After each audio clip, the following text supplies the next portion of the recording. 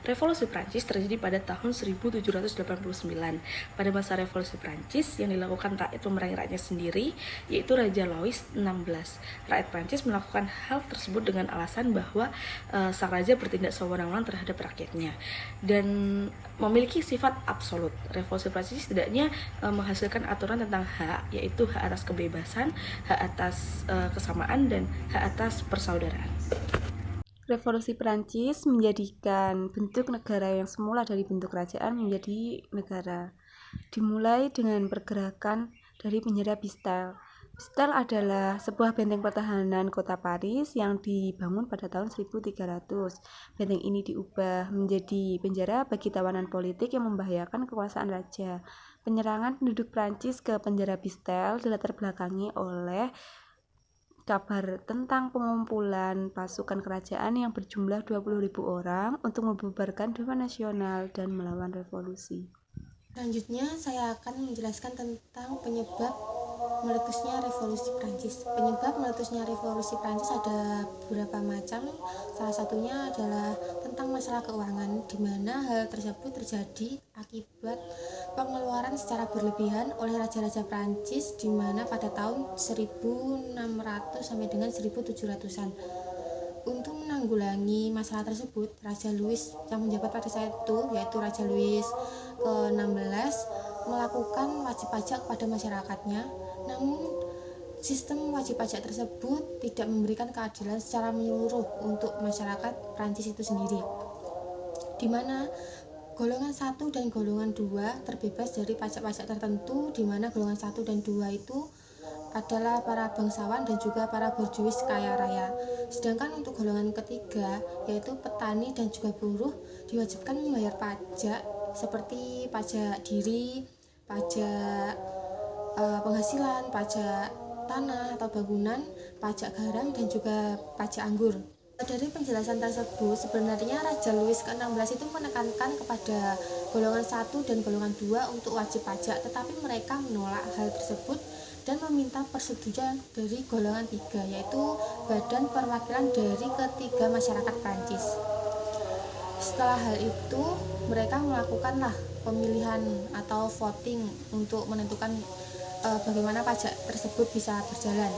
Tapi pada saat pertengahan melakukan voting, terjadilah perselisihan pendapat tentang bagaimana tata cara pemungutan suara itu sendiri, di mana golongan 1 dan 2 merasa bahwa suara mereka lah yang lebih berhak dibandingkan golongan 3. Sedangkan golongan 3 merasa suara mereka lebih banyak daripada golongan 1 dan golongan 2.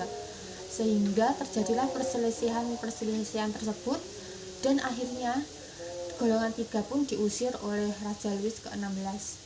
Sehingga golongan 3 tersebut melakukan perundingan atau rapat sendiri pada lapangan tenis tertutup, dan itu menumbuhkan atau menjadikan atau terbentuklah suatu badan nasional pada tanggal 17 Juni 1789, dan hal itu merupakan atau awal mula terjadinya revolusi Prancis itu sendiri. Untuk itu, wibawa seorang raja menjadi turun karena masih adanya keistimewaan antara golongan 1 dan golongan 2. Untuk mereka melakukan pembayaran pajak dan tidak ada sikap tegas seorang raja untuk menindak atau memungut pajak bagi golongan tersebut.